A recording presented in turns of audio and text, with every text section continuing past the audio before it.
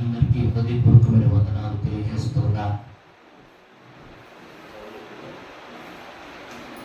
రచనకు వాక్య భాగమును మనం ధ్యానం చేద్దాం.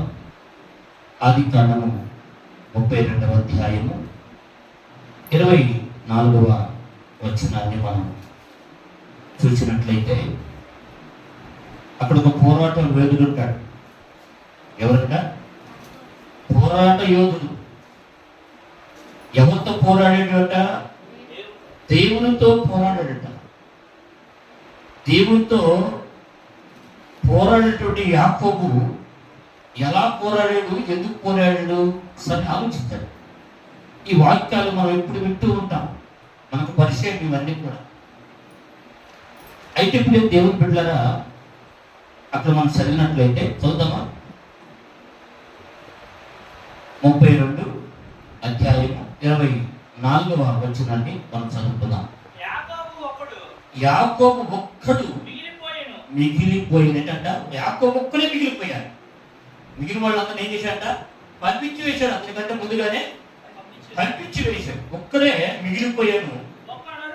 ఒక నరుడు తెల్లవారు వరకు అతనితో పెనుగులాడెను. దేవుని నామానికి మహిమ కలుగునుగా.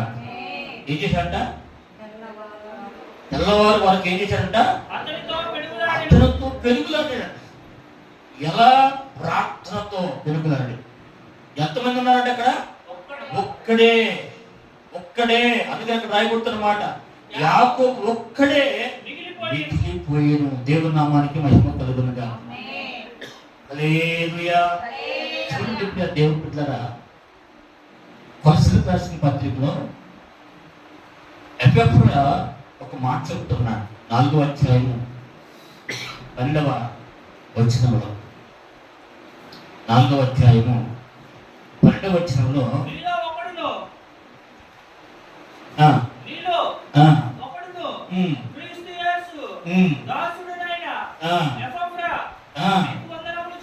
మీకు వందనములు చెప్పుచున్నాడు. ప్రతి విషయంలో దేవుని చిత్తమును గూర్చి సంపూర్ణాత్మ నిశ్చయత గలవారై నిలకడగా ఉండవలెనని ఇతడు ఎల్లప్పుడూ మీ కొరకు తన ప్రార్థనలో పోరాడుచున్నాడు. దేవుని నామానికి మహిమ కలుగును గాక. చూడండి,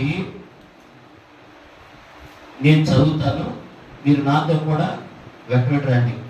ఏంటంటే నేను చదువుతాను, నాతో కూడా మీరు వెంబడించండి. కొలస్సీయులకు రాసిన పత్రిక, అది కొలస్సీయులకు రాసిన పత్రిక 4వ అధ్యాయము 12వ వచనంలో నేను చదువుతాను, నాతో కూడా మీరందరూ కూడా చదవండి.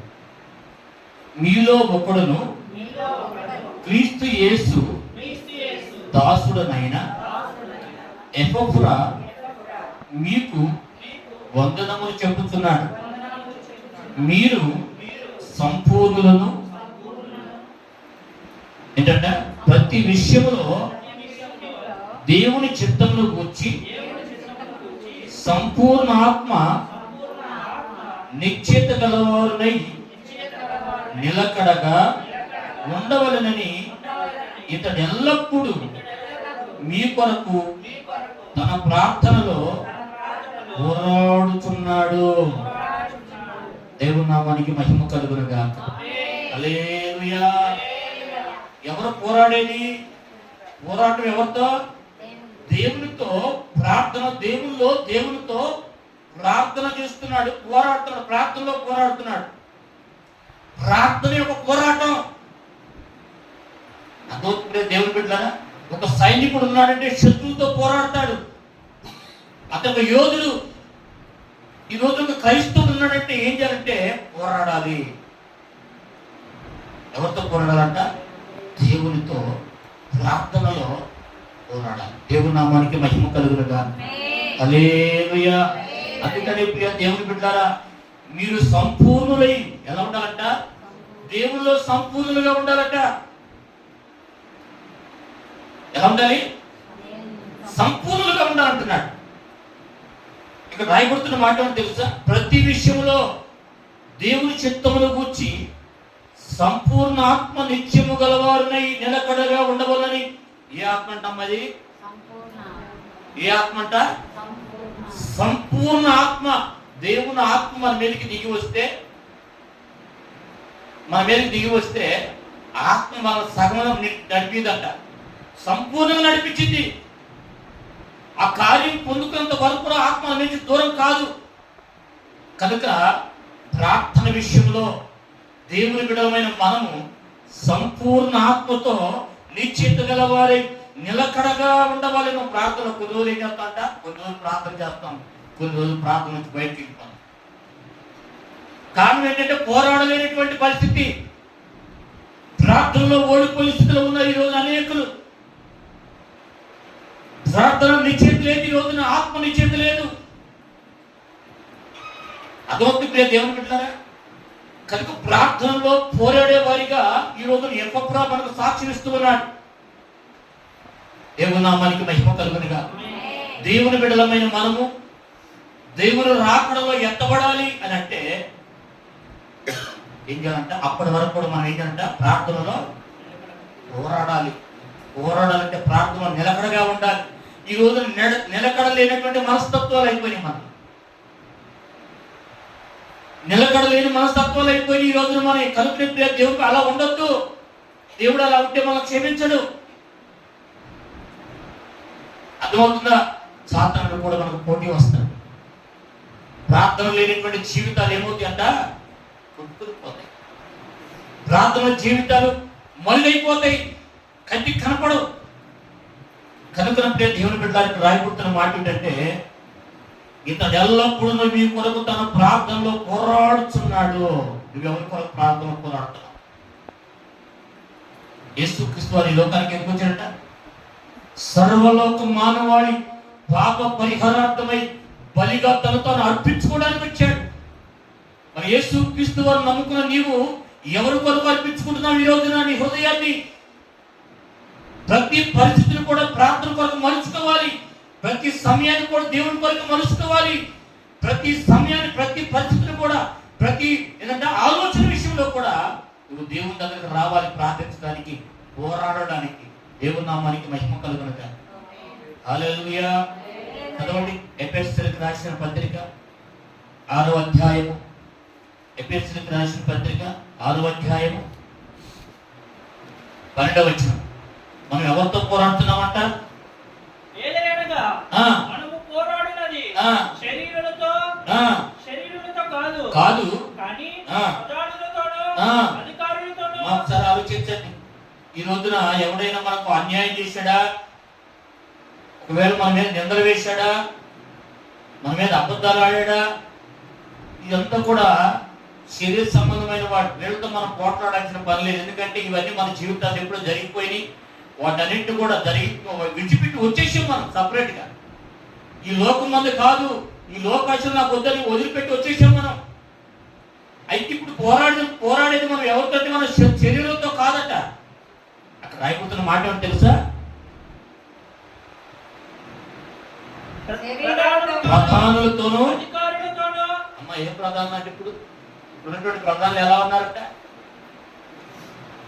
ఇప్పుడున్న ప్రధానులు ఎలా ఉన్నారంటే ప్రార్థన చేయడానికి వీల్లేదు, సువార్త ప్రకటించడానికి వీల్లేదు. మీకు ఎస్సీ హోదా లేదు, ఇక ఎస్టీ హోదాలు లేవు, ఇక మీకు రిజర్వేషన్ లేదు. ఇప్పుడు ఎవరితో పోరాడుతున్నాం మనం అంతా? క్రైస్తవులు అంతా కూడా. అక్కడ రాయబడుతున్నమాట ప్రధానులతోనూ అధికారులతోనూ. ఈరోజు అధికారులు కూడా ఎలా ఉన్నారు తెలుసా దేవుని పట్ల? వీళ్ళు క్రైస్తవులు అంటే చాలు మన మీద పరిగెత్తుకొచ్చేస్తారు. వీళ్ళు క్రైస్తవులు అంటే చాలు ఎన్ని పన్నాగాలు పొందాలన్నా పండుతున్నారు.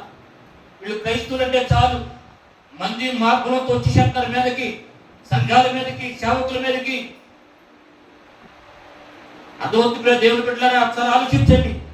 అందుకని అంటున్నాడు ప్రధానులతోనూ అధికారులతోనూ ప్రస్తుత అంధకార సంబంధములకు లోకనాథులతో. ఏంటంటే ఈ లోకాన్ని ఏలాలని చూస్తున్నారు చాలా మంది.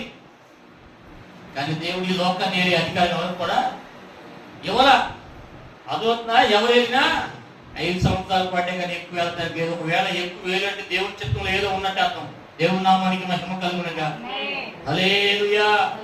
అదవుతున్న సమస్త మానవాళికి బుద్ధి చెప్పడానికి కొంతమంది అధికారులు, నాయకులు దేవుడు లేవనెత్తుకుంటాడు.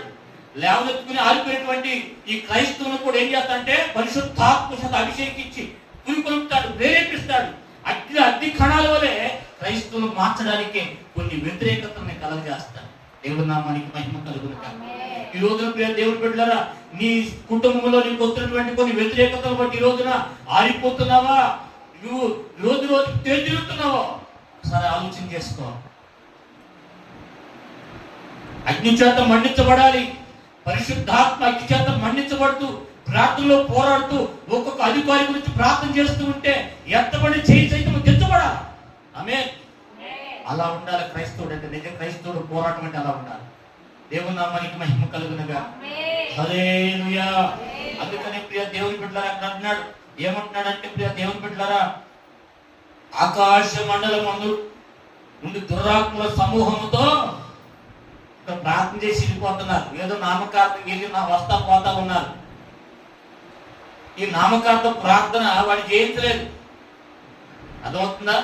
వాడు జయించగా ఈ రోజున కుటుంబంలో పిల్లలు మనకు వ్యతిరేకలు అవుతున్నారు. భర్త భార్యకు వ్యతిరేకం, భార్య భర్తకు వ్యతిరేకం, పనిచేస్తున్న చోట ఏదైనా ఓనర్లు యజమానులు వ్యతిరేకం, ఇట్లా వ్యతిరేకతలు వచ్చేస్తూ ఉన్నాయి. కారణం ఏంటంటే ఈ రోజున మనం వాళ్ళు జయించలేని వారిగా ఉన్నాం. ఎవరితో మనం పోరాడుతున్నాం, ప్రార్థన చేస్తున్నాం అంటే ఏదో నామకార్థం ప్రార్థన చేస్తే కుదరదు. ఇక్కడ ప్రార్థన చేసి ఇంటికి వెళ్ళిపోయిన తర్వాత ఏదో ఒక సమస్య వస్తుందంటే కారణం ఏమిటి అంటే వాడిని జయిస్తున్నాడని అర్థం. ఇక్కడ రాయబడుతున్న మాట ఏమిటంటే, లోకనాథులతోనూ ఆకాశ మండలం ముందున్న దురాత్మల సమూహముతో పోరాడుతున్నాము. అందుచేతనే మీరు ఆపద్దినమందు వారిని ఎదిరించుటకు సమస్తము నెరవేర్చిన వారై నిలబడుటకు శక్తిమంతులకు దేవుడి సర్వాంగ కవచము ధరించుకోండి. ఎవరితో పోరాడతామంట? లోకనాథులతోనూ ఆకాశ మండలం ముందు సమేదంట దురాత్మల సమూహంతో మనం పోరాడతాం. నామకార్థం ప్రార్థన చేసేది నూరుకుంటే అనుకుంటున్నావా? ఎక్కడ పడేయాలి అక్కడ పడేసేస్తాయి, ఎక్కడ కూర్చోబెట్టాలి అక్కడ కూర్చోబెట్టేస్తాయి, మంచం మీద నెట్టు పడేస్తాయి. అంతే. నిన్నదాకా బాగానే ఉన్నాను, అది ఇప్పుడు దాకా బాగానే ఏమైపోయింది, పట్టేసేసింది. నామకార్థం ప్రార్థన చేయమాకు. నువ్వు పోరాడుతున్నావు. నువ్వు క్రైస్తవుడుగా ఉన్నప్పుడు నువ్వు యథార్థంగా ఉంటేనే, అంతేగాని వాడి జయం పొందడానికి నువ్వు నామకార్థ భక్తి చేయకూడదు.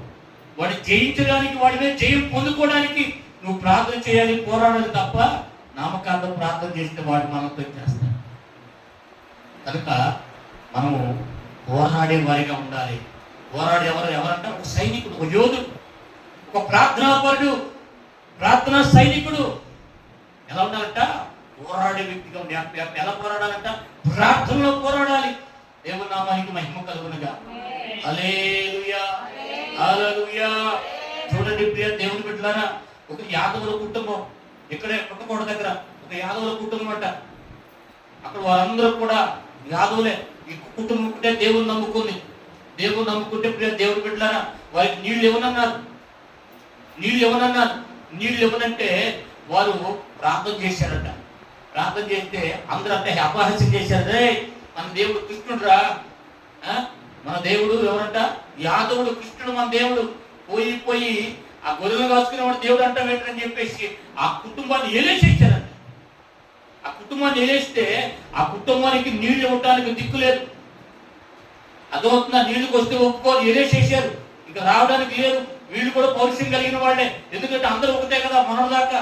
ఇప్పుడు వీళ్ళు దేవుని నమ్ముకున్న తర్వాత ప్రేమ ఆప్యాయతలు గుర్తొచ్చినాయి.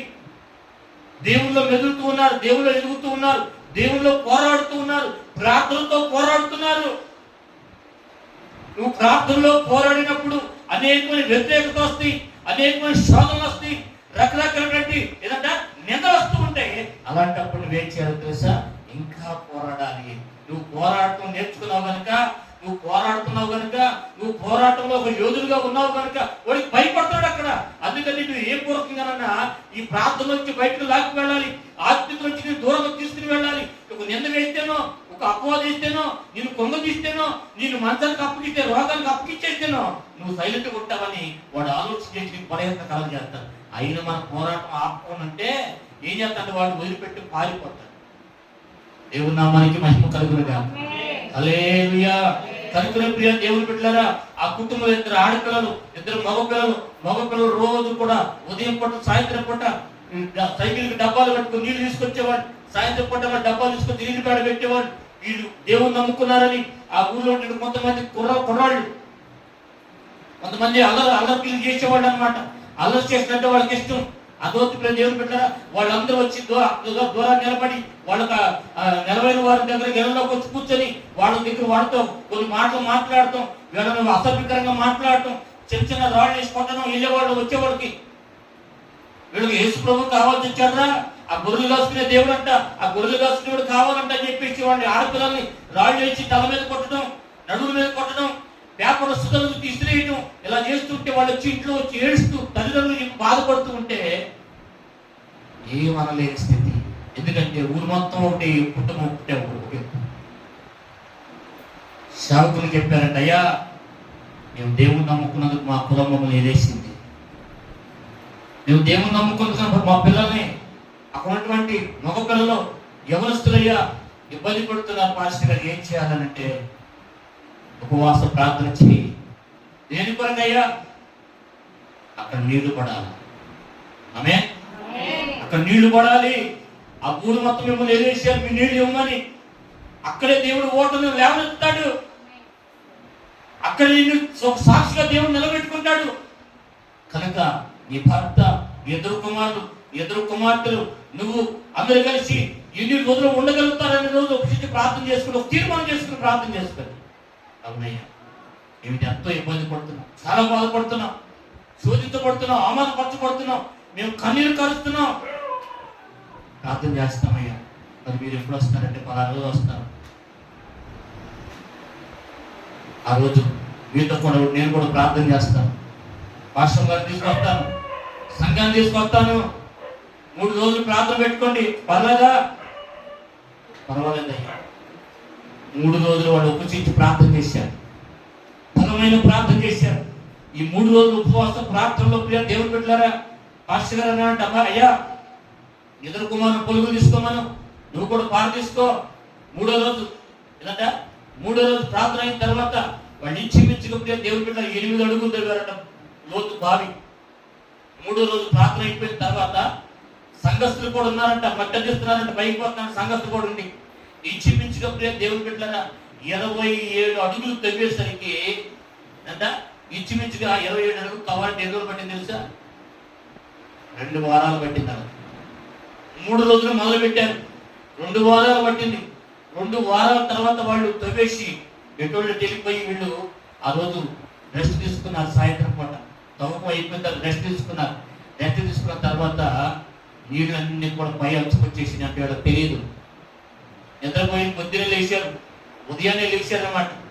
ఉదయాన్నే లేచి నాన్నగారి వాళ్ళు తోదామంటావా, పనికి వెళ్దామంటావంటే పనికి వెళ్దామమ్మా, అసలుకి ఇబ్బంది అయిపోయింది. మరి 2 వారాలు ఇదే పట్టింది కదా మనకి పనికి, అప్పులు ఉన్నారు కదా, ఇబ్బంది పడుతున్నాం కదా, కానీ పనికి వెళ్ళి తర్వాత వచ్చి చదువుదాంలే పాస్టర్ గారికి ఏదో చెప్దాం అనుకున్నారంట. తీరా మరి అక్కడికి దగ్గరికి వెళ్ళేసరికి నీళ్లు పై అంచుకొచ్చి తేట కనపడతా ఉన్నాను. దేవుని నామానికి మహిమ కలుగునుగా. హల్లెలూయా. వారు పోరాడే ప్రార్థనలో నమ్మారా? నమ్మిన వారైతే మీరు కూడా ఏం చేయాలంట? ప్రార్థనలో పోరాడాలి. దేవుని నామానికి మహిమ కలుగునుగా. హల్లెలూయా. చూడండి దేవుని బిడ్డలారా, ఈ రోజున ప్రతిదీ ఆటంకమే, ప్రతిదీ వ్యతిరేకతే, ప్రతిదీ శోధనే. మనం చూసి ప్రతి ఒక్కరు కూడా నవ్వేవారే. ఇవన్నీ కూడా దూరం కొట్టివేయబడి ఒకప్పుడు నవ్విన నోరే ఈ రోజున నోటి మీద ఏలేసుకుని అమ్మ వాళ్ళ దేవుడు వాళ్ళు నవ్విన దేవుడు వారిని ఎంతగా హెచ్చించాడు, వారు ఎంతగా వద్దిల్లారనేటువంటి ఒక సాక్ష్యము వారి నోటి నుంచి మన ఎంత అనేకులు పుస్తకాలు ఆడాలి అంటే నువ్వు ప్రార్థనలో పోరాడాలి. దేవుని నామానికి మహిమ కలుగునుగా. హల్లెలూయా. యేసుక్రీస్తు వారికి కూడా దేవుడు బిడ్డలారా గెత్సెమనే తోటలో ఎలా ప్రార్థన చేశాడంట? ఎలా చేశాడా? ఆయన యొక్క చెమటంట రక్తపు బిందువుల్లో కింద రాలుతూ ఉన్నాయంట. అంతగా ప్రార్థన చేశాడు. అంత బలమైన ప్రార్థన యేసుక్రీస్తు వారికి అవసరం అంటే అవసరమే. ఎందుకంటే అనేకమైన వ్యతిరేకతలు, ఆయన నరావతారిగా ఒక మానవ రూపిగా ఒక నరుడిగా జన్మించాడు కనుక వీరందరూ నోరు ఊహించాలంటే ఆయన మనలోనే ఉండాలి, మనతోనే ఉండాలి, మన కష్టాలను ఆయన తెలుసుకోవాలి. ఒక ఏంటంట నరుడు దేవునిగా ఈ లోకంలో ఎన్ని కార్యాలు చేయగలడు, ఎన్ని కార్యాలు చేశాడు. అందుకని ఈ లోకంలో మన సర్వలోక మానవులందరూ కూడా అందరి పాపములను కూడా ఆయన వెనక వీపుని విసిరి వేసుకుని ఏంటంట ఆ శిలువ యాగాన్ని భరించాలి అంటే, జయించాలి అంటే, సాతాను తలను చెతుకు త్రొక్కాలి అంటే ఆ ప్రార్థన అవసరం. దేవుని నామానికి మహిమ కలుగుతుంది. ఆరిపోయిన భక్తి వద్దు మనకి, పడిపోయిన భక్తి మనకొద్దు, కూలిపోయిన భక్తి మనకొద్దు, వెనకబడిపోయిన భక్తి మనకొద్దు. ఇక్కడ నుంచి అయినప్పుడు దేవుడు పెట్టారా, మనం గ్రహించుకోవాలి, తెలుసుకోవాలి, గ్రహించుకోవాలి. ఒకప్పుడు నేను ఎలా ఉన్నాను ప్రార్థనలో, ఇప్పుడు ఎలా ఉన్నాను నేను ప్రార్థనలో. దేవుని నామానికి మహిమ కలుగుతుంది. చదవండి ఆదికాండము 32వ అధ్యాయం 25వ వచనం. చివరి మాట చెప్పి చేస్తాను. దేవుడు పెట్టారా, ప్రార్థనలో పోరాడే టైం ఎవరు? యాకోబు. ప్రార్థనలో ఒంటరి అయ్యాడు. గుర్తుపెట్టుకోండి. మొదలు మనం ఏం చదువుకున్నాం? యాకోబు ఒక్కడే మిగిలిపోయాను. ప్రార్థనలు ఏమైనట్ట? ఒంటరి అయిపోయాడు. ఈ రోజు మనం కూడా ఒంటరి అవ్వాలి. ఒంటరి అంటే ఏంటి? ఎవరు ఉండకూడదా పాస్టర్ గారు అంటే? ఆ అలక కాదు. పాస్టర్ గారు మనం ప్రార్థన చేసుకున్నప్పుడు పక్కన ఎవరు ఉండకూడదంటే ఆ లెక్క గారు నువ్వు ఆలోచించాల్సింది. ప్రార్థనలో నువ్వు ఒక్కడి వైపు ఉండాలి. దేవుడితో నువ్వు ఒక్కడి వైపు పోరాడాలి. అంటే నీ స్వచ్ఛత్వం అనేది సావాలి. నీ స్వచ్ఛత్వం, సొంత ఆలోచన అనేది నీ నుంచి తొలగిపోవాలి. నిన్ను తగ్గించుకోవాలి దేవుల్లో. ఎప్పుడైతే నేను ఒంటరి ప్రభువా, నీవు తప్ప ఈ లోకం నాకంటూ ఏది లేదు నాయన, ఏదైనా ఉన్నదంటే అది నీవే ప్రభు అని చెప్పేసి మనం దేవుణ్ణి అడగాలి. మనలో ఉన్నటువంటి ఆ నిశ్చయత, మనలో ఉన్నటువంటి ఆ యొక్క వేదన, ఆ బాధ, ఆ దిగులు, ఆ పోరాటం, ఇవన్నీ కూడా ఎలా ఉండాలంటే మనం మర్చిపోయి, అయ్యా నేను ఒంటరి ప్రభువా, నాకంటూ ఏమీ లేదు, నీ ఒక్కడమే నాకు ఉన్నది కనుక అయ్యా నువ్వు నాతో ఉంటే చాలని ఆ ఆలోచన కలిగి, ఆ మనసు కలిగి మనం ప్రార్థన చేయాలి. ప్రార్థనలోకి వచ్చామంటే ఏ కాడికి ఏంటంటే లోక సంబంధమైనవి అడుగుతాం, కానీ ఆత్మ సంబంధమైనవి మనం అడగట్లా. బలముగా ఆత్మలో ఉండాలి, సంఘంలో ఎదగాలి, బలపరచబడాలి, దేవునికి సంఘానికి అనేక మాదిరికరమైన జీవితాన్ని జీవించాలి అనేటువంటి ఆలోచన మన మనసుకు రావట్లేదు ఈ రోజున. అందుకనే దేవుడు అడుగుతాడు, నీ పేరేమిటి అని అంటే నా పేరు యాకోబు అయ్యా. నిజమే చెప్పింది, ఇక నుంచి నువ్వు యాకోబువి కాదు. ఏమంటే ఇప్పుడు ఇశ్రాయేలువి. దేవుని నామానికి మహిమ కలుగుతుంది.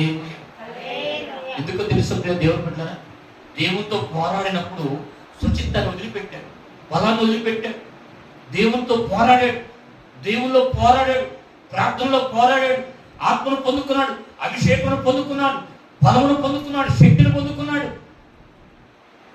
కనుకనే ఏంటంట జయించుట. అక్కడ మనం చూస్తే దేవుణ్ణి జయిస్తూ ఉంటే ఏం చేశాడ, తొడ గూటి మీద కొట్టినప్పుడు ఆ తొడంట వచ్చిందంట, అంటే వెడికిందంట. దేవుని నామానికి మహిమ కలుగునుగా. హల్లెలూయా, హల్లెలూయా. కనుక బలంతో ప్రార్థన చేయడం కాదు, ఆత్మతో ప్రార్థన చేయాలి. గర్వించి ప్రార్థన చేయడం కాదు, అతిశయించి ప్రార్థన చేయడం కాదు. సమస్తాన్ని మర్చిపోయి దేవునితో పోరాడాలి. దేవుని నామానికి మహిమ కలుగునుగా. హల్లెలూయా. మనలో ఉన్న మన స్వశక్తి విషయంలో ఓడిపోవాలి, మనలో ఉన్నటువంటి మన సొంత బలం విషయంలో ఓడిపోవాలి, సొంత ఆలోచన విషయంలో దేవుల్లో ఓడిపోవాలి, ప్రార్థనలో ఓడిపోవాలి. అయితే మనలో తీసివేసుకున్నాక అప్పుడు మనం పోరాటానికి విలువనేది ఉంటుంది. దేవుని నామానికి మహిమ కలుగునుగా. కనుక ప్రియ దేవుని బిడ్డలారా, ఈ రీతిగా మనం ప్రార్థించడం నేర్చుకుంటే, ప్రార్థించడం అనేది ప్రార్థనలో పోరాటం అనేది ఒకటి నేర్చుకుంటే మనం ఓడిపోము, మనం జయిస్తాము. దేవుని నామానికి మహిమ కలుగునుగా. హల్లెలూయా. కనుక ప్రభు కృపను నమ్ముకోవాలి. ప్రభు కృపను నమ్ముకోవాలి. మన బలాన్ని కాదు, మనకున్నటువంటి అందసందాలను కాదు, మనకున్న తెలివితేటలను కాదు, కానీ ప్రభు కృపను నమ్ముకోవాలి. దేవుని నామానికి మహిమ కలుగునుగా. హల్లెలూయా, హల్లెలూయా. కనుక నేను ప్రియ దేవుని బిడ్డలారా, ఈ రాత్రికాల సమయం దేవాది దేవుడు మనతో మాట్లాడుతున్న మాట ఏంటంటే, ఎఫెఫ్రా ఏంటంటే ప్రార్థనలో పోరాడుతున్నట్టు అంతకు వస్తుంది. ఈ రోజున మనం ఎవరి కొరకు పోరాడుతున్నాం? మన పోరాటం ఎవరి కోసం? మన పోరాటం దేనికోసం పోరాడాలంటే ఇప్పుడు దేనికోసం అంట? ఈ లోకంలో జయించడం. దేవుడు ఎదగడానికి ఈ లోక సంబంధమైనటువంటి అంధకార శక్తులతో పోరాడుతున్నాం, లోకనాథులతో పోరాడుతున్నాం, ప్రధానులతో పోరాడుతున్నాం, ఆకాశ మండలం నుండి దురాత్మ సమూహంతో పోరాడుతున్నాం. కనుక నేను ప్రార్థన చేసుకుంటున్నాను వెళ్ళిపోతాను అనుకున్నాను. ఈ ప్రార్థన బలం లేకపోతే అవి మనం జయిస్తే మన ఇళ్లలో మనం ఉండలేము. కనుక ఎక్కడి నుంచైనా నీవు ఆలోచించు, నిన్ను పరీక్షించుకో. గడిచిన కాలంలో పడిపోయేవా, నిలబడి ఉన్నావా? గడిచిన కాలంలో ప్రార్థన ఆత్మచేత నింపబడి ఉన్నావా? ఆత్మ అనేది దూరం అయిపోయిందా? ప్రార్థనలో పడిపోయి ఉన్నావా, నిలబడి ఉన్నావా? పోరాటం ఇంకా నువ్వు నేర్చుకుని ఉన్నావా? పోరాటంలో పడిపోయేవా? ఇక్కడి నుంచైనా ప్రార్థనలో పోరాటం మనం నేర్చుకున్నట్లయితే దేవుడు మన పట్ల గొప్ప కార్యము జరిగిస్తాడు. కొద్ది మాటలు దేవుడు దీవించి మన హృదయంలో నాటి ఫలింప చేయను గాక.